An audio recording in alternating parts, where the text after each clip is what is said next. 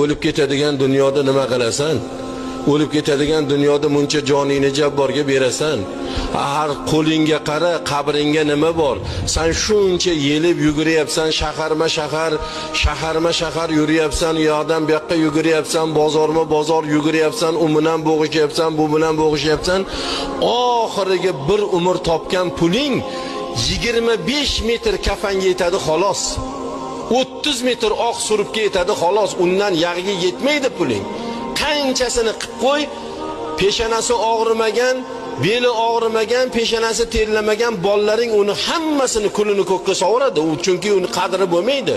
O'shaning uchun birodarlar, qabrni harakatini Alloh taborak va taolo shuni aytayaptiki, har bir inson Allohdan qo'rqsin, qabri uchun nima tayyorgarlik qilganiga qo'liga qarasin.